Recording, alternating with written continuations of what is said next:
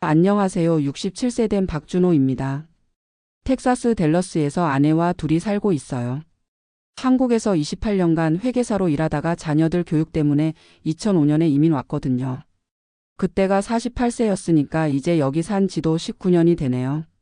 지금은 은퇴했지만 텍스 시즌에만 파트타임으로 세무 상담 일을 하고 있어요. 오늘 이야기할 건 제가 이민 와서 7년 정도 됐을 때 겪었던 일인데요. 아직도 생각하면 어이없으면서도 좀 통쾌했던 경험이에요. 그때는 제가 독립해서 회계사무소를 운영하고 있을 때였어요. 처음 이민 와서는 정말 힘들었거든요. 한국에서는 대형 회계법인에서 시니어 매니저까지 했는데 여기 와서는 영어 때문에 완전히 바닥부터 시작해야 했어요. 첫 3년은 정말 지옥 같았죠. 영어도 서툴고 미국 회계 기준도 다르고 문화도 달라서 매일이 전쟁 같았어요. 아내는 불안해하고 아이들은 적응하려고 애쓰는데 저만 뒤처지는 것 같아서 자존감이 바닥까지 떨어졌었거든요. 그래도 포기할 수는 없으니까 새벽마다 일어나서 영어 공부하고 미국 CPA 시험도 다시 봤어요.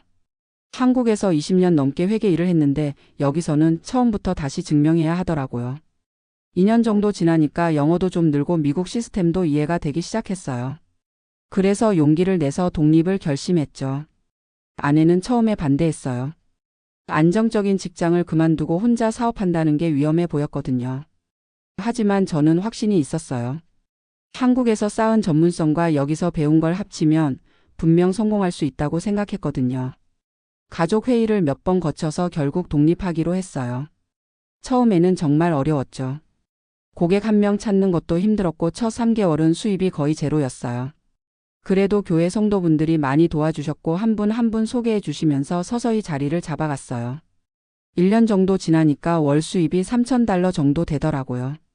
그때부터 자신감이 생기기 시작했어요. 2년째부터는 한인 고객뿐만 아니라 미국인 고객들도 생기기 시작했거든요.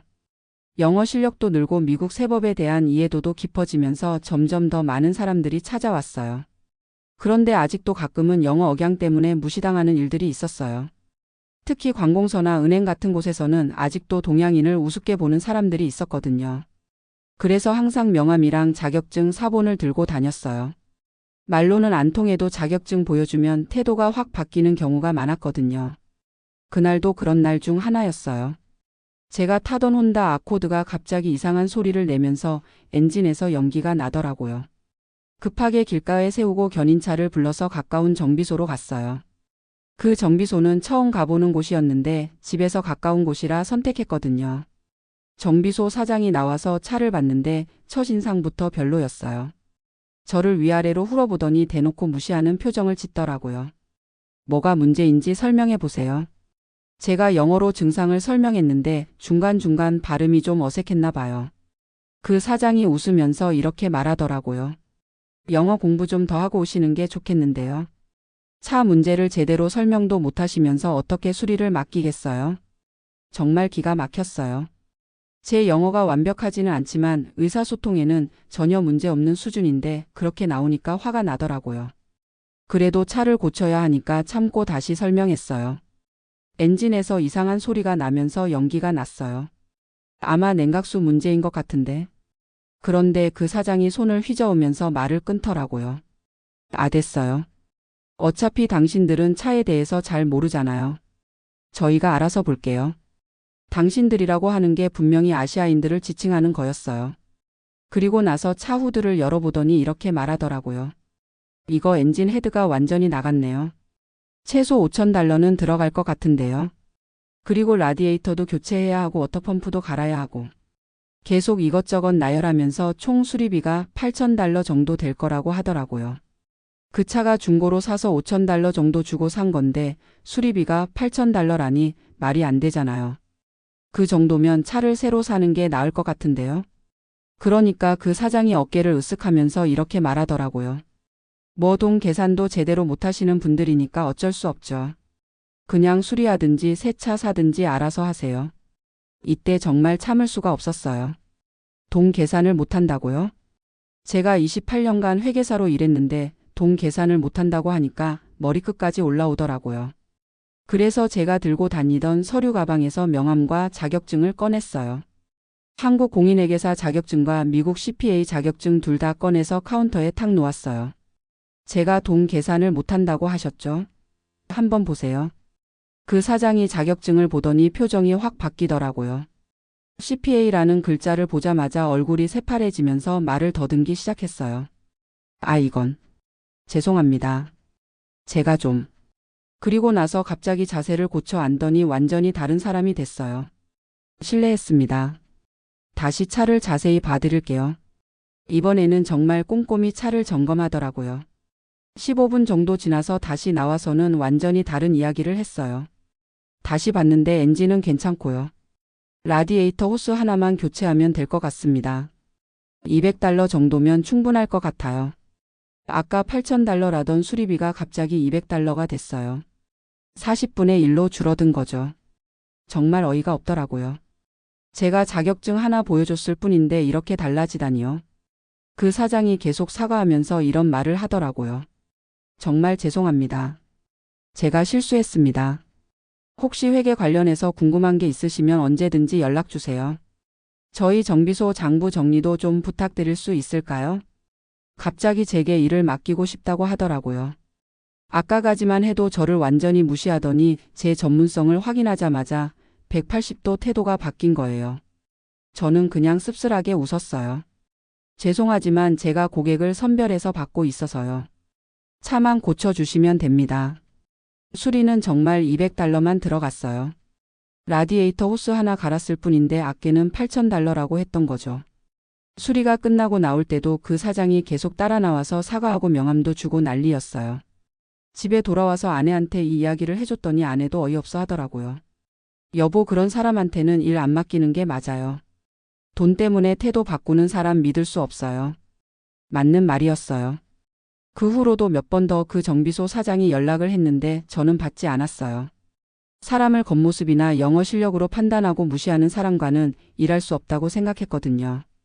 이 일을 겪고 나서 깨달은 게 있어요. 미국에서 살면서 가장 중요한 건 내가 누구인지를 명확히 보여주는 거더라고요. 영어를 완벽하게 못해도 내 전문성은 분명히 있다는 걸 증명하는 게 중요해요. 그래서 그 이후로는 명함과 자격증을 더 적극적으로 활용했어요. 은행에 가서도 대출 상담할 때 제일 먼저 자격증부터 보여줬고요. 새로운 고객을 만날 때도 제 경력과 자격사항을 명확히 소개했어요. 그러니까 확실히 대우가 달라지더라고요. 처음에는 이런 게 좀 억울했어요. 왜 제가 제 능력을 증명해야 하나 싶었거든요. 하지만 생각해보니까 이건 미국만의 문제가 아니더라고요. 한국에서도 비슷한 일들이 있잖아요. 외국인들이 한국에 와서 한국말을 서툴게 하면 우리도 때로는 무시하거나 속이려고 하는 경우가 있잖아요. 결국 어느 나라든 마찬가지인 것 같아요. 다만 이민자로서는 더 적극적으로 내 능력을 어필해야 한다는 거죠. 그 이후로 제 사업도 더 잘 되기 시작했어요. 자신감이 생기니까 고객들한테도 더 당당하게 대할 수 있었거든요. 영어가 조금 서툴러도 제 전문 분야에서는 확실히 실력이 있다는 걸 보여주니까 고객들이 신뢰하더라고요. 몇 년 후에는 그 정비소 근처를 지나갈 일이 있었는데 아직도 영업을 하고 있더라고요. 그 사장을 다시 마주칠까봐 조금 걱정했는데 다행히 안 만났어요. 만났다면 뭔가 어색했을 것 같아요. 지금 생각해보면 그때 그 경험이 제게는 정말 중요한 터닝포인트였어요. 더 이상 누군가 저를 무시한다고 해서 움츠러들지 않게 됐거든요. 대신 제 능력과 전문성을 더 적극적으로 보여주는 법을 배웠어요. 이민자로 살면서 가장 어려운 게 이런 차별과 무시를 당하는 거예요. 언어가 서툴다는 이유로 능력까지 의심받는 경우가 많거든요. 하지만 포기하면 안 돼요. 내가 가진 전문성과 경험은 언어와 상관없이 분명한 가치가 있으니까요. 그걸 어떻게 보여주느냐가 관건이죠. 저는 그 이후로 항상 이런 마음가짐으로 살았어요. 영어가 서툴러도 내 분야에서는 누구보다 전문가다. 그런 자신감이 있으니까 어떤 상황에서도 당당할 수 있었어요. 지금은 은퇴해서 파트타임으로만 일하지만 아직도 저를 찾는 고객들이 많아요. 19년 동안 쌓아온 신뢰와 전문성 때문이죠. 그 정비소 사장처럼 겉모습만 보고 판단하는 사람들도 있지만 진짜 제 능력을 알아주는 사람들이 더 많다는 걸 알게 됐어요. 젊은 이민자들한테 하고 싶은 말이 있어요. 처음에는 언어 때문에 무시당하고 차별받는 일들이 있을 거예요. 하지만 그때마다 포기하지 말고 내 전문성을 어필할 방법을 찾으세요. 자격증이든 경력이든 포트폴리오든 뭐든 좋으니까 내가 누구인지 보여줄 수 있는 걸 준비하세요. 그리고 꾸준히 실력을 쌓으세요. 언어는 시간이 해결해 주지만 전문성은 계속 발전시켜야 하거든요. 저도 처음에는 정말 힘들었어요. 한국에서 20년 넘게 인정받던 회계사였는데 여기 와서는 아무도 저를 몰라주니까 자존감이 바닥까지 떨어졌었거든요. 하지만 포기하지 않고 계속 노력했더니 결국은 인정받을 수 있었어요. 시간이 좀 걸렸지만 말이에요. 지금도 가끔 그때 그 정비소 사장 생각이 나요. 화가 나기보다는 그냥 안타까워요. 편견 때문에 좋은 기회를 놓치는 사람들이 많거든요. 저 같은 사람을 무시하고 속이려고 했다가 오히려 신뢰를 잃는 경우도 많고요. 결국 정직하게 사는 게 최고예요. 상대방이 누구든 똑같이 대하고 정당한 가격을 받는 게 장기적으로 보면 더 이익이거든요. 그 정비소 사장도 처음부터 정직하게 했다면 저한테 회계 일도 맡기고 단골 고객으로 만들 수 있었을 텐데 말이에요. 지금 저는 정말 만족스러운 삶을 살고 있어요. 경제적으로도 안정되어 있고 아이들도 다 잘 자랐고 손자 손녀들도 생겼어요. 19년 전에 이민 결정을 했을 때는 정말 막막했는데 지금 보니까 잘한 선택이었던 것 같아요. 물론 쉽지 않은 길이었지만 그 모든 과정이 저를 더 강하게 만들어줬어요. 특히 그 정비소에서 겪었던 일 같은 경험들이 저한테는 정말 값진 교훈이 됐어요. 어려움을 겪고 있는 이민자분들한테 하고 싶은 말은 절대 포기하지 말라는 거예요. 지금 당장은 힘들고 억울한 일들이 많겠지만 시간이 지나면 분명히 인정받을 날이 올 거예요. 중요한 건 그때까지 포기하지 않고 계속 노력하는 거예요. 그리고 항상 내가 누구인지 명확히 보여줄 준비를 하고 다니세요. 저처럼 자격증이나 명함을 항상 가지고 다니는 것도 좋은 방법이에요. 말로는 안 통해도 증명서 하나면 상황이 완전히 바뀔 수 있거든요.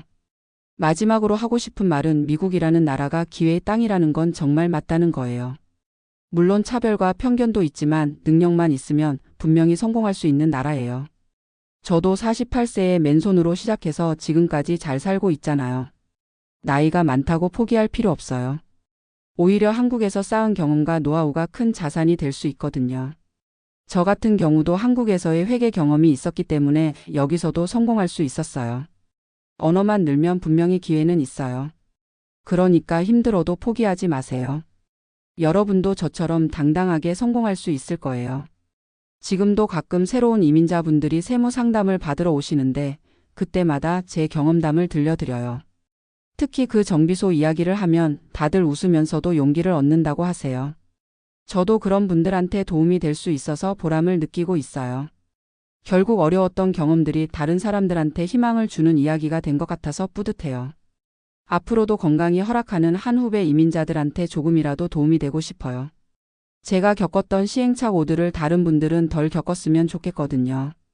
그리고 무엇보다 당당하게 살았으면 좋겠어요. 우리도 이 사회의 당당한 구성원이니까요. 그 정비소 사장처럼 편견을 가진 사람들이 있더라도 굴복하지 말고 내 능력으로 당당하게 맞서세요. 그렇게 하다 보면 분명히 더 좋은 세상이 될 거예요. 감사합니다.